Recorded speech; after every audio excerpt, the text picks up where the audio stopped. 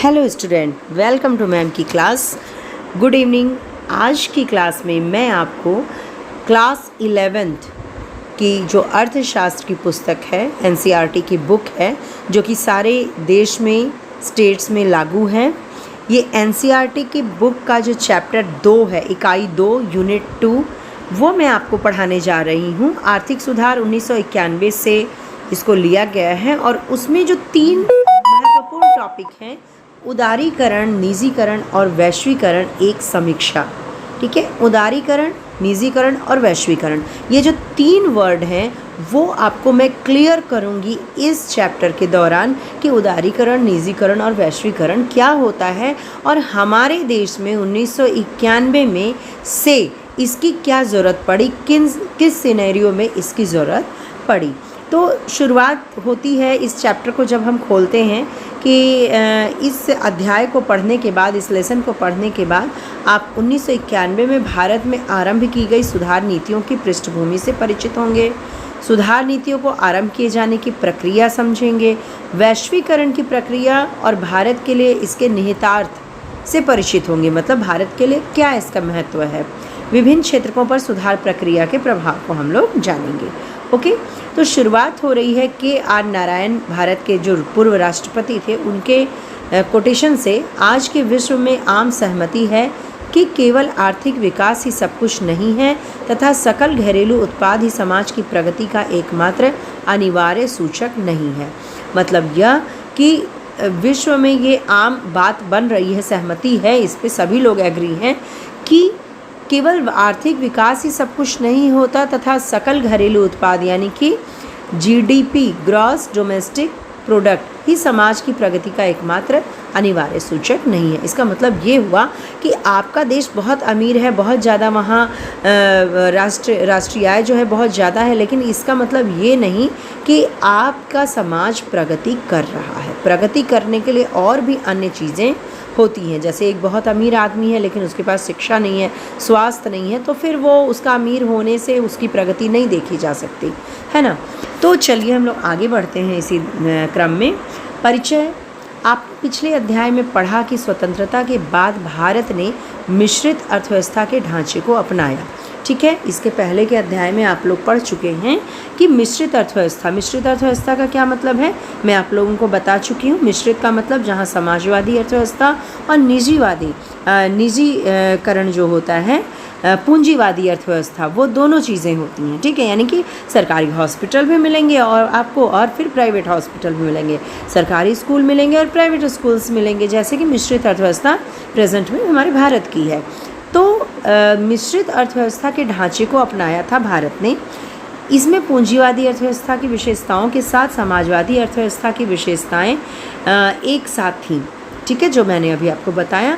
कुछ विद्वानों का तर्क है कि इन वर्षों में इस व्यवस्था के नियमन और नियंत्रण के लिए इतने अधिक नियम कानून बनाए गए हैं कि उनसे आर्थिक समृद्धि और विकास की समुची प्रक्रिया ही अवरुद्ध हो गई। अब देखिए, बात समझिए कि यहाँ पे अगर हम पूंजीवादी अर्थव्यवस्था की बात करें तो पूंजीवादी को रोकने के लिए, पूंजीवादियों को कंट्रोल में करने के लिए नियमन और नियंत्रण यानी टर्म्स, रूल, रेगुलेशन बहुत ज़्यादा बना दिए गए।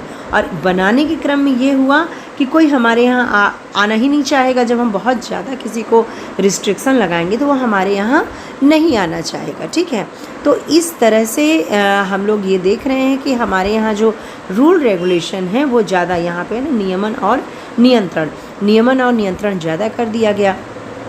तो इससे हमारा जो विकास है वो अवरुद्ध हो गया।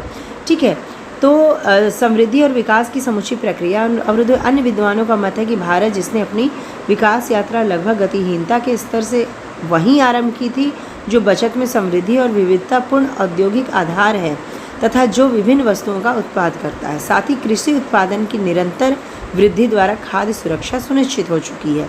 मतलब ये कि 2 तरह के विद्वान थे जो कहते थे खाद्य सुरक्षित है, हमारा खाद्य सुरक्षा हो चुकी है, और विकास यात्रा लगभग गतिहीन, मतलब कि एकदम जो रुकी हुई थी वो अब कम से कम कुछ तो हो रही है।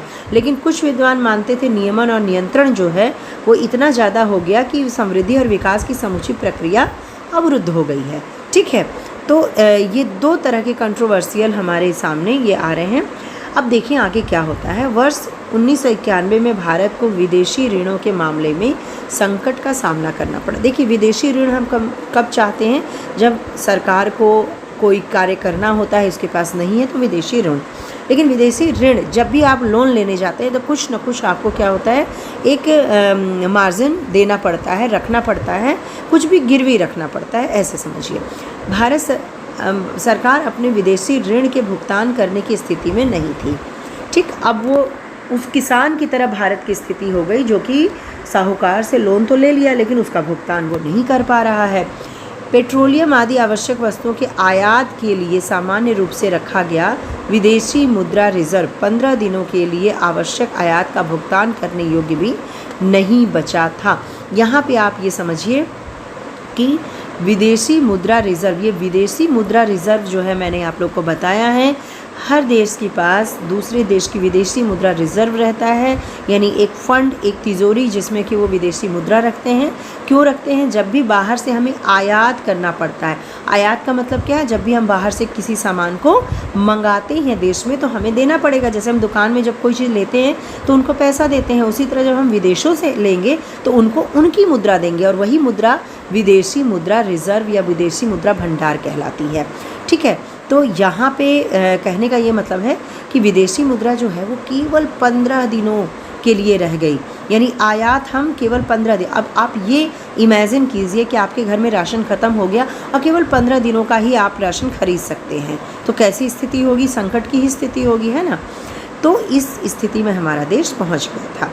इस संकट को आवश्यक वस्तुओं की कीमतों में वृद्धि ने और भी गहन बना दिया, यानी आवश्यक वस्तुओं की कीमतें भी उस समय बढ़ने लगी थी। कब? 1990-91 में। इन सभी कारणों से सरकार ने कुछ नई नीतियों को अपनाया और इसने हमारी विकास रणनीतियों की संपूर्ण दिशा को ही बदल दिया। भाई देखिए, जब आपके घर में राशन कम हो जाएगा तो आप क्या करेंगे? कुछ न कुछ ऐसा कदम उठाएंगे कि आप फिर से रिकवर कर सकें। और उस समय हमारे जो वित्त मंत्री थे डॉक्टर मनमोहन सिंह, उन्होंने कुछ ऐसी नीतियों को सबके साथ मिलकर के बनाया और अपनाया हमारे भारत ने कि फिर से हम स्टैंड अप कर सकें। इस अध्याय में हम उन आर्थिक संकट की पृष्ठभूमि, सरकार द्वारा अपनाई गई नीतियों तथा अर्थव्यवस्था के विभिन्न क्षेत्रों पर उस नीतियों के प्रभाव का विचार करेंगे। ठीक है, इस वित्तीय संकट का वास्तविक, अब ये वित्तीय संकट जो आया कैसे? इस वित्तीय संकट का वास्तविक उद्गम स्रोत 1980 के दशक में अर्थव्यवस्था में अकुशल प्रबंधन था। बात समझिएगा, यहाँ एक शब्द आ रहा है अकुशल प्रबंधन। अकुशल प्रबंधन का मतलब होता है मैनेजमेंट। जैसे कि आपके घर में कोई मेहमान आ रहा है और आपकी जो भी आप हैं या कोई भी बड़ा है वो कुशल प्रबंधन नहीं कर पाया। ठीक है, उसने क्या कर दिया कि जितने लोग आ रहे हैं उनके हिसाब का खाना नहीं बना पाया मान लीजिए, या फिर बैठने की व्यवस्था नहीं हो पाई, तो इसी को कहते हैं अकुशल प्रबंधन। तो अर्थव्यवस्था में अकुशल प्रबंधन था। सामान्य प्रशासन चलाने और अपनी विभिन्न नीतियों के क्रियान्वयन के लिए सरकार करों और सार्वजनिक उद्यम आदि के माध्यम से फंड जुटाती है। ठीक है, अगर सरकार को अपना प्रशासन चलाना है, एडमिनिस्ट्रेशन चलाना है, तो वो एक पॉलिसीज़ बनाती है। विभिन्न नीतियों के क्रियान्वयन के लिए सरकार टैक्स लेती है। ठीक है, क्या लेती है? कर लेती है और सार्वजनिक उद्यम आदि के माध्यम से, ठीक है, फंड जुटाती है। जब व्यय आय से अधिक हो तो सरकार बैंकों, जन सामान्य तथा अंतर्राष्ट्रीय वित्तीय संस्थाओं से उधार लेने को बाध्य हो जाती है। जब आपके घर में अगर आपके फादर का वेतन जो है पूरा नहीं पड़ेगा तो कहीं ना कहीं से वो उधार लेंगे। ठीक है, तो अंतर्राष्ट्रीय वित्तीय संस्था, अंतर्राष्ट्रीय स्तर पे वित्तीय संस्थाएं होती हैं, इंस्टीट्यूशन होती हैं जो कि सभी देश को लोन देती हैं। इस प्रकार वो अपने घाटे का वित्तीय प्रबंध कर लेती है। तो अपने घाटे का जो है वित्तीय प्रबंध तो कर लिया। कच्चे तेल आदि के आयात के लिए हमें डॉलरों में भुगतान करना होता है। बात देखिए वही आई कि कच्चा तेल अगर हम विदेश से मंगा रहे हैं तो क्या रुपया थोड़े ना देंगे उन्हें। अगर रुपया देंगे तो वो लोग रिजेक्ट करेंगे, हमें डॉलरों में भुगतान करना होता है। डॉलर क्या है? सर्वमान्य मुद्रा है, ये करेंसीज है। और ये डॉलर हम अपने उत्पादन के निर्यात द्वारा प्राप्त करते हैं। भाई डॉलर आता कैसे है? जब हम निर्यात करते हैं, यानी अपने देश से जब हमने दूसरे देश में भेजा तो ये जो डॉलर है वो आ गया हमारे देश में।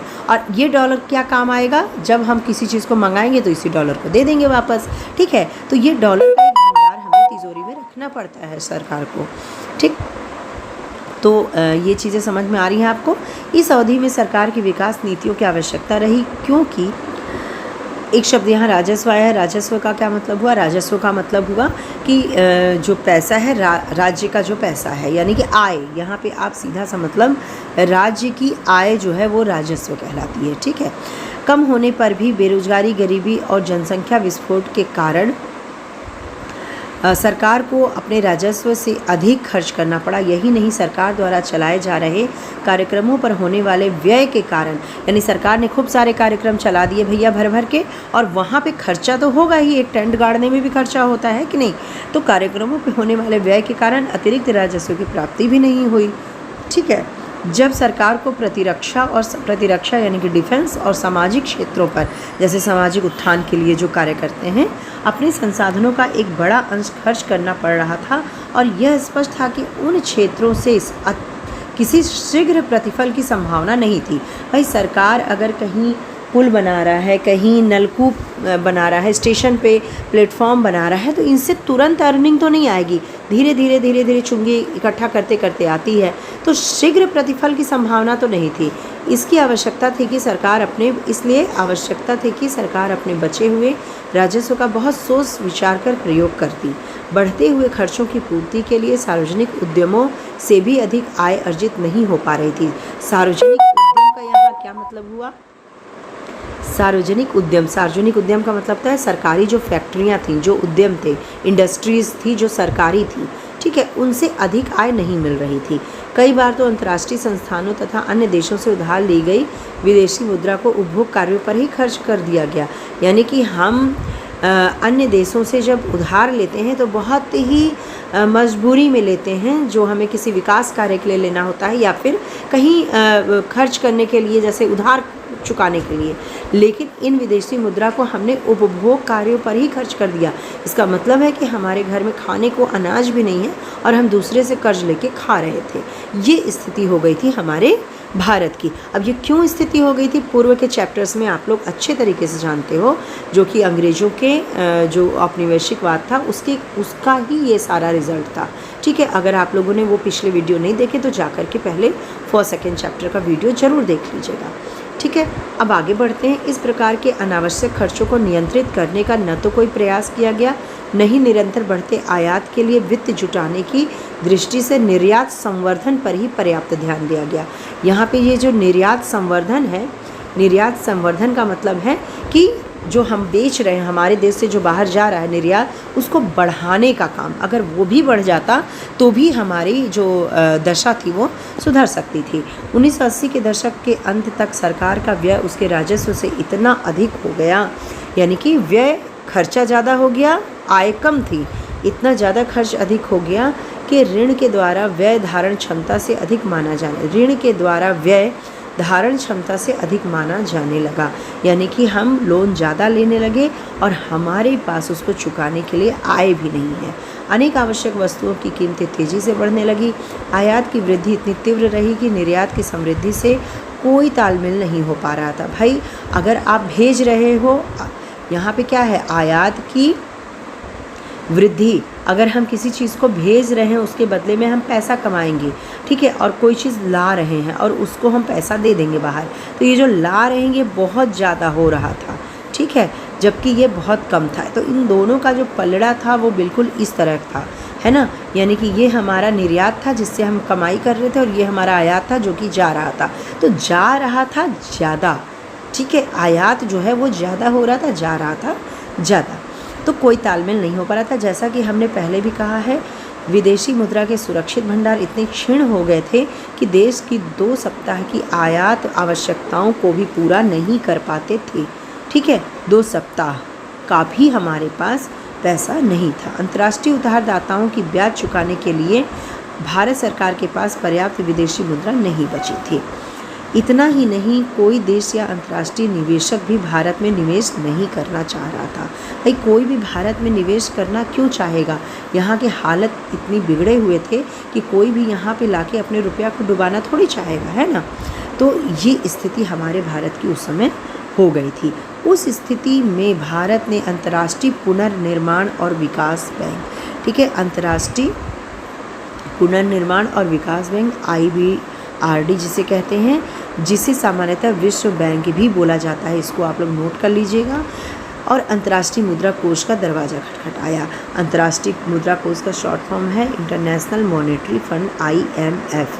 ठीक है, तो वर्ल्ड बैंक और IMF ये बड़े संस्थान हैं जो कि किसी भी देश को उधार देते हैं। ठीक है, तो इसका दरवाज़ा खटखटाया। उनसे देश को $7 बिलियन का ऋण उस संकट का सामना करने के लिए मिला। कितने बिलियन का? $7 बिलियन का। किंतु उस ऋण को पाने के लिए इन संस्थाओं ने भारत के सरकार के ऊपर कुछ शर्तें लगाई, जैसे सरकार उदारीकरण करेगी। अब देखो क्या क्या शर्तें लगाई। ठीक है, उदारीकरण करेगी, निजी क्षेत्र पर लगे प्रतिबंधों को हटाएगी तथा अनेक क्षेत्रों में सरकारी हस्तक्षेप कम करेगी। साथ ही यह भी अपेक्षा की गई कि भारत और अन्य देशों के बीच विदेशी व्यापार पर लगे प्रतिबंध भी हटाए जाएंगे। कुल मिला के इस पैराग्राफ में आपको लग रहा होगा कि जितने प्रतिबंध सरकार ने लगाए उसको हटाना पड़ेगा।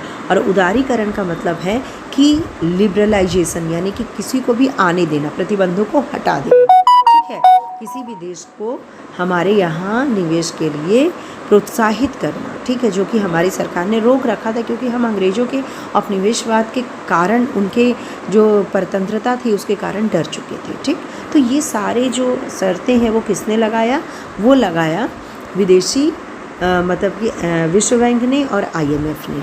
ठीक है, भारत ने अब देखो भारत सरकार क्या करेगी, अब मरता क्या न करता है ना। जब वो इस संकट में है तो इनकी बात उनको माननी पड़ी। और भारत ने विश्व बैंक और अंतर्राष्ट्रीय मुद्रा कोष की ये शर्तें मान ली और नई आर्थिक नीति की घोषणा की। इस नई आर्थिक नीति में व्यापक आर्थिक सुधारों को सम्मिलित किया गया। इन समस्त नीतियों का उद्देश्य अर्थव्यवस्था में अधिक स्पर्धापूर्ण व्यावसायिक वातावरण की रचना करना, यानी कि यहाँ पे स्पर्धापूर्ण का क्या मतलब है? कंपटीशन ज़्यादा होगा। भाई लोग आएंगे जब बाहर से तो हमारा भी कंपटीशन बढ़ जाएगा, है ना। जैसे क्लासेस में अगर कोई तेज़ बच्चा होता है तो उससे आपका कंपटीशन बढ़ जाता है और आप फिर ज़्यादा पढ़ने लगते हो, तो इससे क्या होता है? आपका विकास होता है, डेवलपमेंट होता है। तो स्पर्धापूर्ण व्यावसायिक वातावरण की रचना करना तथा फर्मों के व्यापार में प्रवेश करने और उसकी समृद्धि में आने वाली बाधाओं को दूर करना था। इन नीतियों का, जो भी नीतियाँ बनाई गई, इन नीतियों को 2 उपसमूहों में विभाजित किया गया: स्थायित्वकारी उपाय तथा संरचनात्मक सुधार के उपाय। अब स्थायित्वकारी उपाय क्या होते हैं? ये छोटे समय के लिए होते हैं, अल्पकालिक होते हैं, जिनका उद्देश्य भुगतान संतुलन में आ गई कुछ त्रुटियों को दूर करना। भुगतान संतुलन क्या होता है? बजट जब बनाया जाता है तो एक तरफ क्रेडिट और एक तरफ डेबिट होता है और उसको हमेशा बैलेंस में रखना होता है, यानी जितना हमने खर्च किया वैसे आय भी हमारी हो, ताकि वो दोनों बैलेंस में रहे। ठीक है, कुछ त्रुटियों को दूर करना, मुद्रास्फीति का नियंत्रण करना। मुद्रास्फीति का मतलब यहाँ सीधा समझिए महंगाई से। सरल शब्दों में इसका अर्थ पर्याप्त विदेशी मुद्रा भंडार बनाए रखने और बढ़ती हुई कीमतों पर अंकुश रखने की आवश्यकता थी। अब संरचनात्मक सुधार क्या है? संरचनात्मक सुधार दीर्घकालिक उपाय है, यानी कि लॉन्ग टर्म के लिए है, जिसका उद्देश्य अर्थव्यवस्था की कुशलता को सुधारना तथा अर्थव्यवस्था के विभिन्न क्षेत्रों की अनम्यताओं को दूर कर, यानी कि जो नीचे आ गई हैं सारे क्षेत्र, उनको दूर कर भारत की अंतर्राष्ट्रीय स्पर्धा क्षमता, यानी कंपटीशन की जो क्षमता है को संवर्धित करना, यानी कि उसको बढ़ाना। इस दृष्टि से सरकार ने अनेक नीतियां प्रारंभ की गई और अब इनके 3 उपवर्ग क्या हैं? उदारीकरण, निजीकरण और वैश्वीकरण। अब आगे की वीडियो में हम उदारीकरण, निजीकरण और वैश्वीकरण को एक एक करके समझेंगे कि ये तीनों हैं क्या। तो चलिए मिलते हैं अपने आगे की वीडियो में। अभी तक आपको कोई भी डाउट हो तो आप कमेंट बॉक्स में कमेंट कर सकते हैं, कुछ भी पूछना हो तो आप कमेंट कर सकते हैं, आपको जवाब अवश्य ही मिलेगा। और आई होप कि आपको ये वीडियो पसंद आई होगी, तो लाइक ज़रूर कीजिएगा और ज़्यादा से ज़्यादा शेयर कीजिएगा। Good bye.